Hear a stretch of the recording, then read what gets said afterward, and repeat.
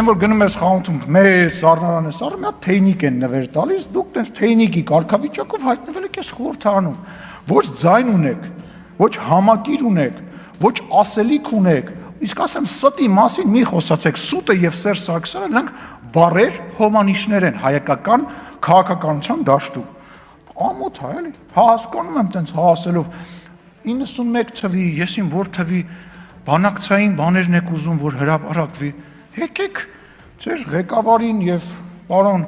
Քոչարյանին համոզեք, եկեք բանավեճի, ախի չեք գալի բանավեճի։ Ձեզ հարմար ժամանակ ես կխոսեմ, ես անպայման կխոսեմ եւ ամենացածր մակարդակի բոլոր 10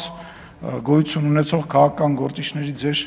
ներկայացուցիչները, որ տարբեր մարդկանց բանի են, բանավեճի են կանչում, ձեզ թվում է դուք դրանով այդ խոսակցությունից փախնելու եք։ Ձեր դիվանագիտության հետևանքով էր, որ Սերժ Սարգսյանը այստեղից ասում էր, դե փակուղի է։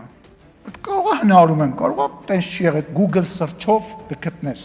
այդ ամեն ինչը։ Հա, ներողություն եմ խնդրում, կգտնեք այդ ամեն ինչը։